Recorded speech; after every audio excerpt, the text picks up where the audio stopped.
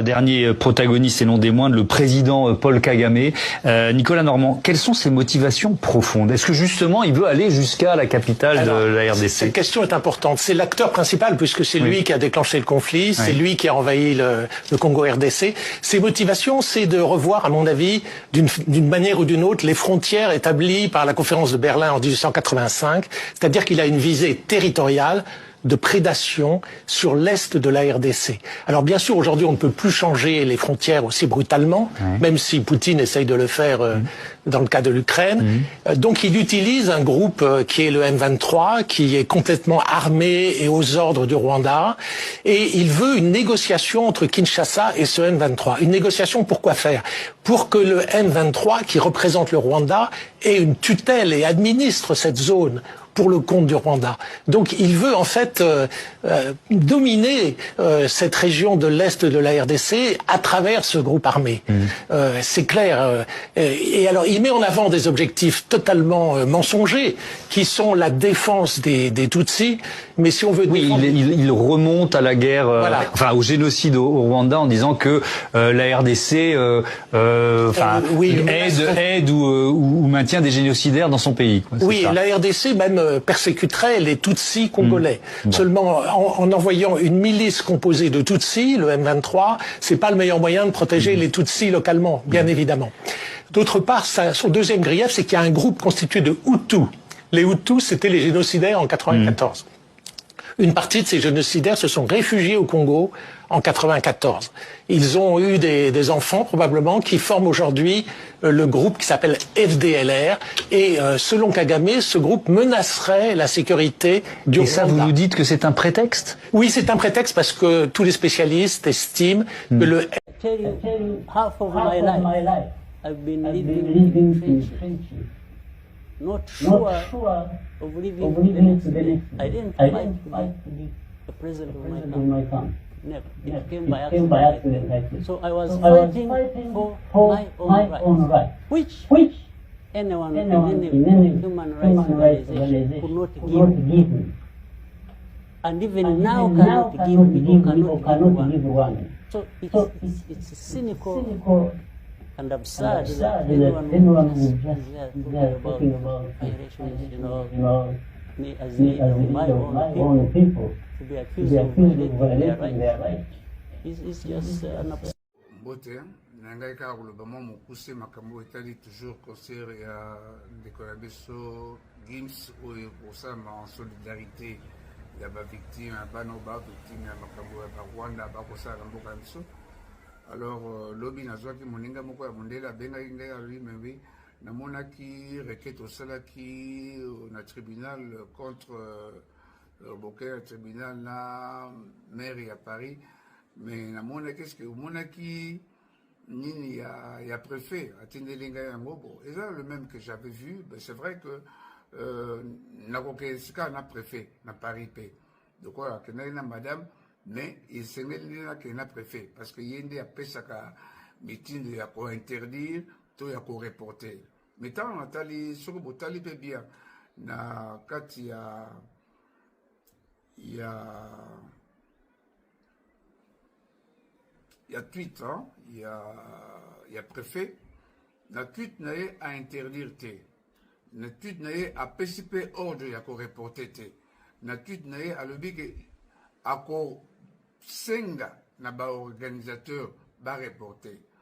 Donc ils allaient été interdiction, ils allaient été report. Ils allaient péter qu'à péci baron meeting parce que soit péci meeting et que ça na au ba bengi arrêter et limiter. Mais là, on a ce pays, dans le cas de tu vois, ils allaient à l'objet, ils allaient dire phrase contraignant.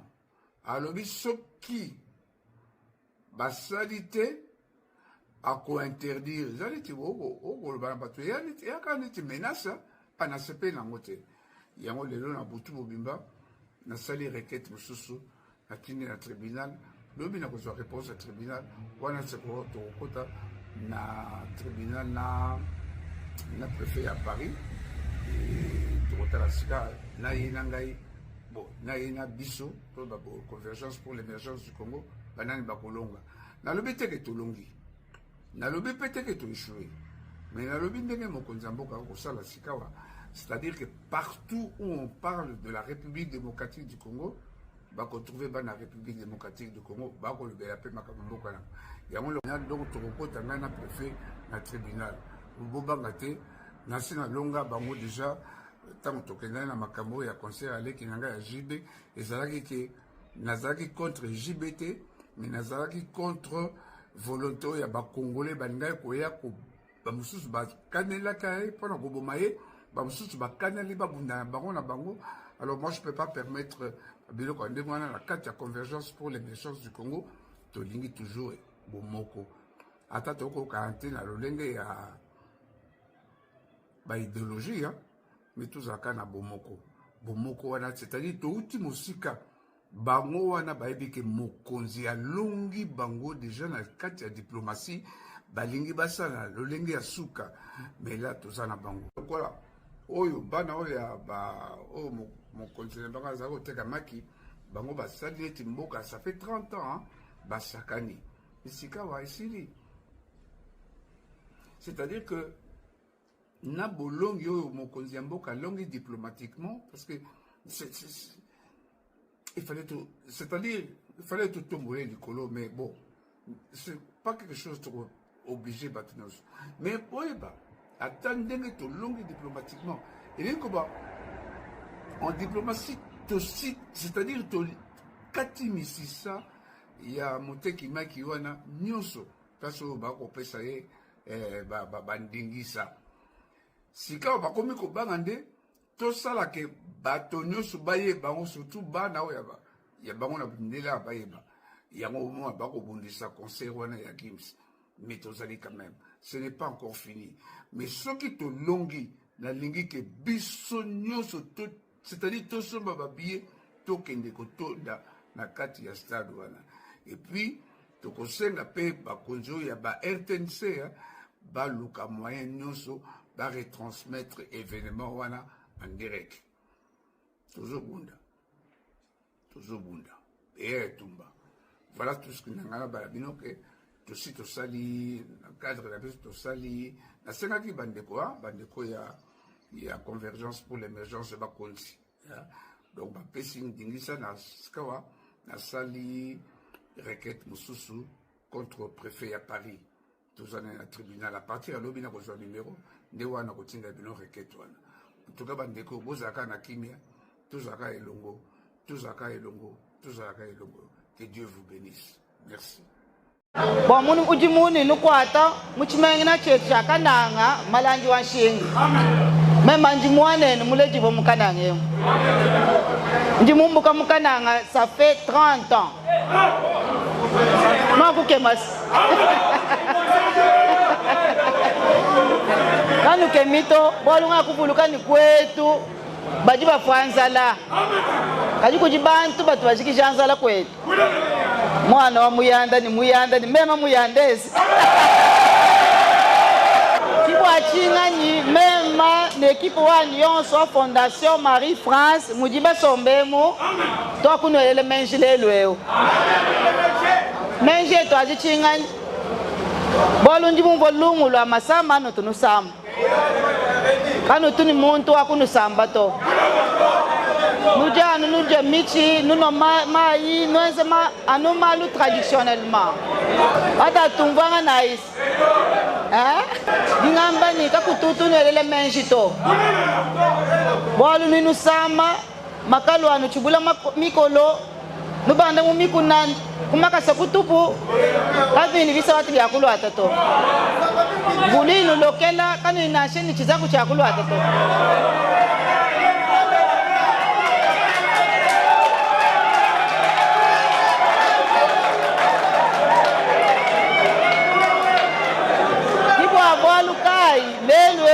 kwamba ni bato ila shiti za kuchamvula bajimvulu uloka ajibikishije na shibwa kulo ni mamvu hao skimo mwani parce que ndimulwa musamu shala mbo musomba ku immeuble ni observer mbo mwana munu bonu banda ni kweka babunyi baba pita munjila baba petano jibeneshi alors ngakwele menji wani nukebela bot bonu ikala nulwata na chamvulu uloka ujuka même mujibikishije chiza kucheba cha mvula batu bachimikela muni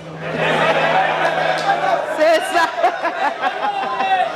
imperméable simomos yo pamutu babyon swabi ngakuvuluka chintu chili mushinga mukola nchana nukuye kubwanga kibwa chinga ninga kwangata engagement na hôpital général munwemu ngakunu fuchila mfranga bwani muyanda yonso udi usama udi nchakuya kubwanga echi contrat undi musinye nenga bwani mwana muyanda yonso udi usama udi nchakuya ku hôpital général moi bon udi hôpital général kabia nibikela anu mukananga to tudi ni docteur médecin directeur au Japa, ou d'une tchakuno ambila ma secteur 11 du ma hôpital général.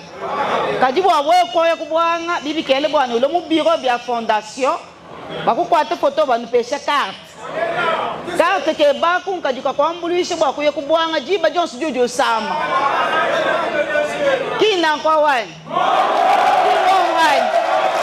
bwani tulonda franga ya bende ya bayanda inga kaya kushia eske babe yenzela mujimu ani nimba teleje bimpani nimba telejani eyo kaichana muso chimvundu naji kumbala kwa matu kweku ni tukeba solution miko abu kabiji bwakuno ambulishi wali mema yanjimu mwendo wa bayanda simomosi. Le président de la République, chef de l'État, Son Excellence Félix Antoine Tshisekedi Tshilombo, a réuni autour de lui les chefs de corps, les chefs des institutions, dans ce que nous appelons la réunion interinstitutionnelle. 3 points étaient inscrits à l'ordre du jour de cette réunion, à savoir la situation sécuritaire dans notre pays. Et le premier point comprend 3 sous-points. Il y a le travail qui sera désormais fait conjointement entre l'EAC et la SADC. Il y a le processus de Luanda et de Nairobi, mais il y a la résolution 2773 du Conseil de sécurité. Le deuxième point a porté sur les enjeux de l'ère, l'attitude que nous devons avoir vis-à-vis des enjeux de l'ère en tant qu'acteurs institutionnels et politiques de notre pays. Le troisième point, c'était les divers.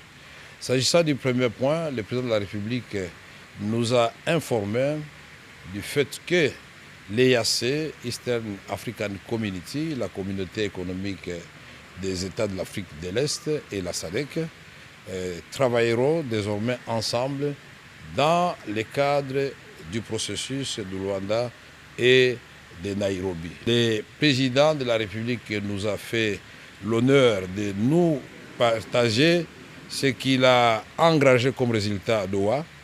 C'était, sur le plan diplomatique, très important. Et nous expliquer, et à travers nous, tout le peuple congolais, que Doha n'a pas annulé Luanda ni Nairobi. Au contraire, Doha vient booster Luanda et Nairobi. En ce qui concerne la résolution 2773, merci à tous ceux qui ont apporté leur voix pour qu'elle soit adoptée.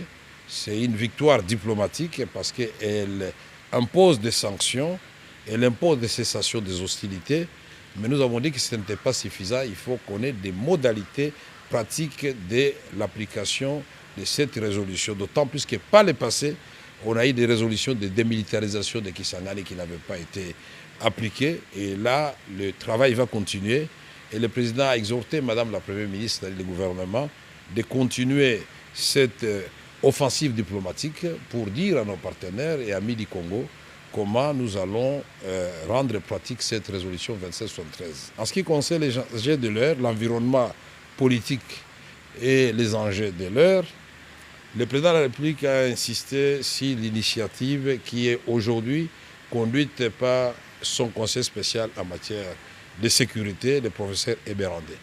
Et il a tenu à préciser qu'il a pris cette initiative et elle constitue une première étape qui devra amener à terme, après de pourparlers, après des discussions, à la formation d'un gouvernement d'union nationale, mais surtout que la République démocratique du Congo recouvre totalement son intégrité territoriale et sa souveraineté nationale. ndenge lelo tozoya nango ndenge mokonzi ya mboka azokiselaki yo yango na maboko na ye tunga biso kamba biso na mboka oyo tobondeli na kombo na Yesu.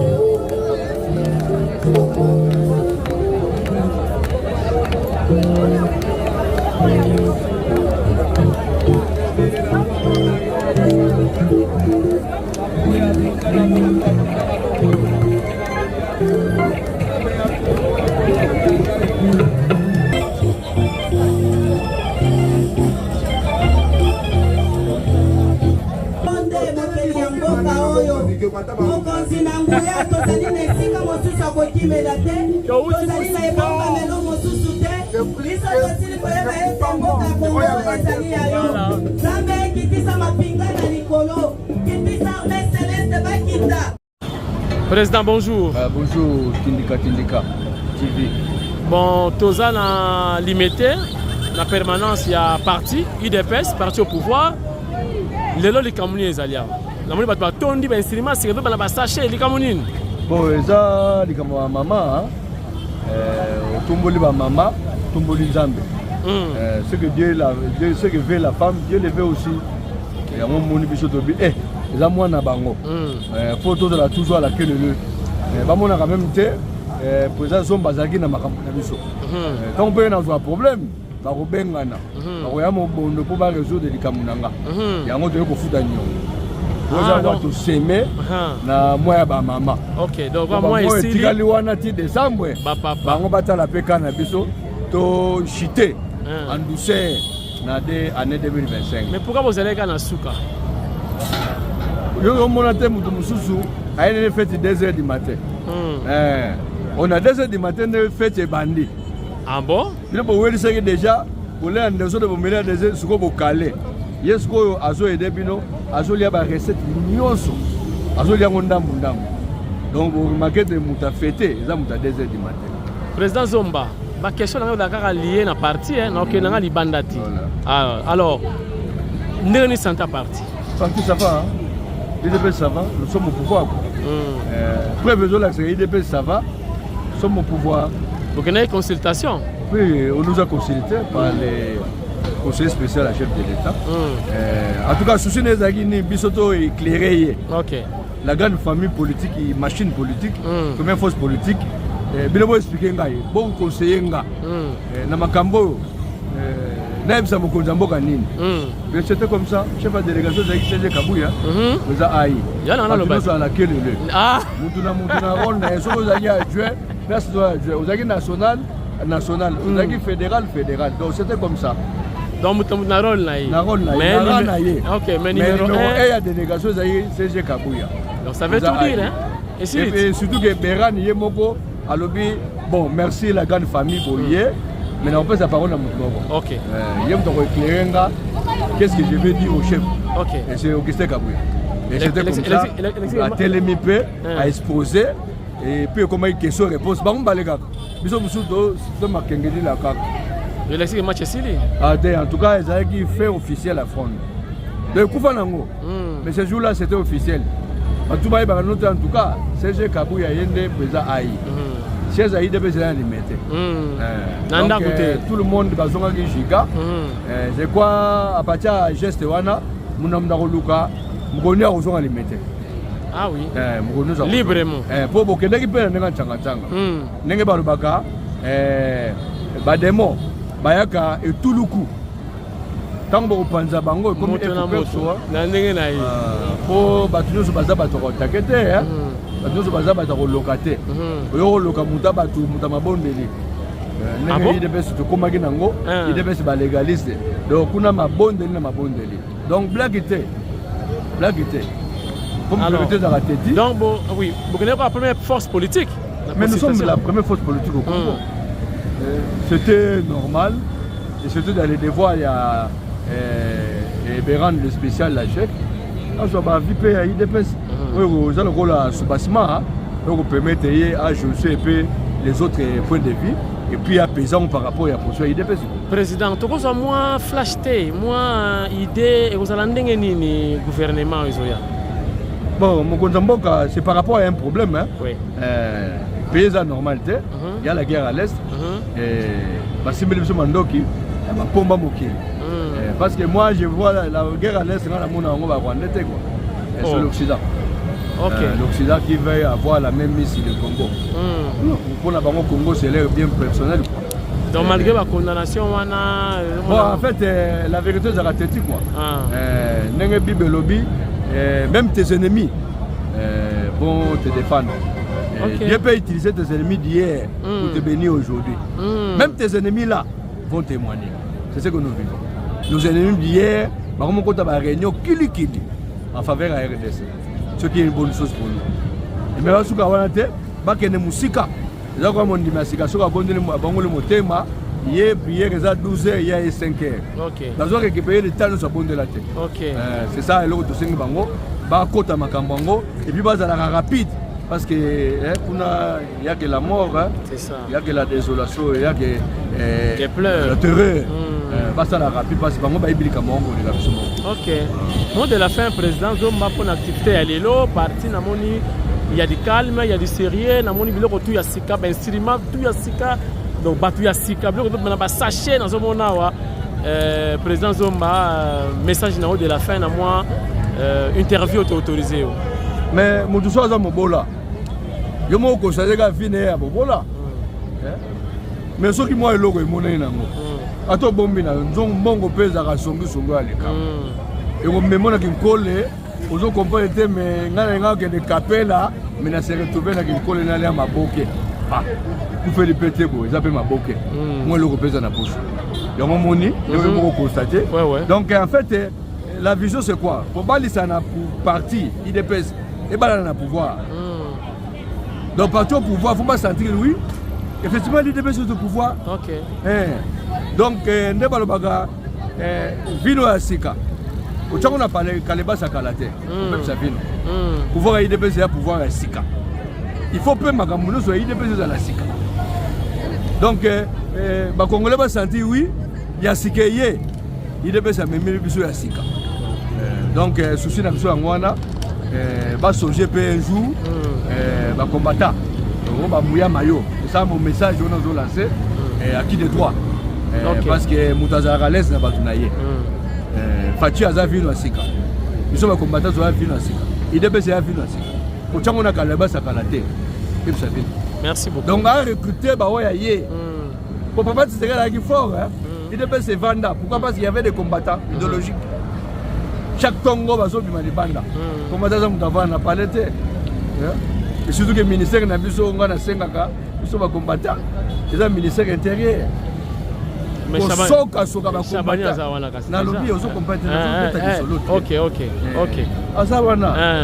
Mais ayokate comprendre que place wana eza place ba combattant deuxième. OK.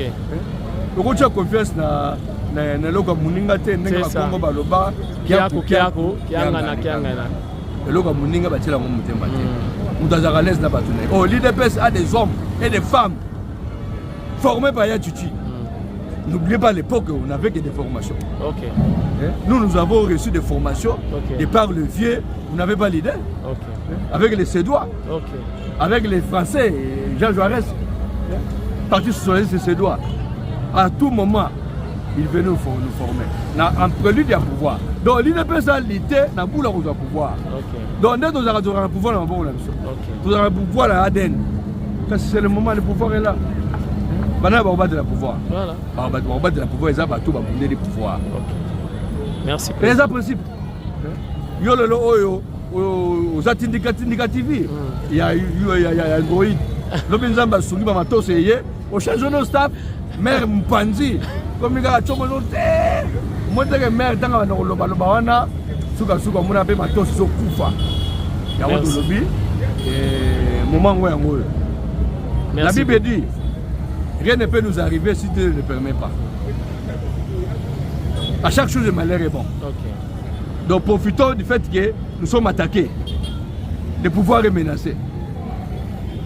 Prenons les choses en main. Merci, président. Comme on dit, reculer pour mieux sauter. Et ces consultations, moi, je l'apprécie. C'est une façon de nous dire au téléma. Pour ça, l'examen des procès. Parce que pour ça, qui bien été. Parce que pour ça, qui bien améliorer. Donc, rien ne sera comme avant, après cette guerre qui nous est imposée. par les jaloux du monde. Parce que l'IDPS a émergé. Donc, nous sommes dans les bons. Merci, président. Nous sommes dans les bons. Bah, aligner les combattants. Bah, aligner les combattants. Bah, aligner les gens. Bon, bah, tala. Ce que tu reçois la remontada. Ok. On ne va pas être de paix. Wamulumba, azakite na mboko. Merci. Mais so tu sais que le père, Wamulumba azakite na mboko. Et que Simba IDPS, te va aligner ba combattant. Ba aligner ba combattant, to battre le régime. Merci et surtout bonne fête. Ba aligner ba combattant, ba aligner ba combattant. Merci président.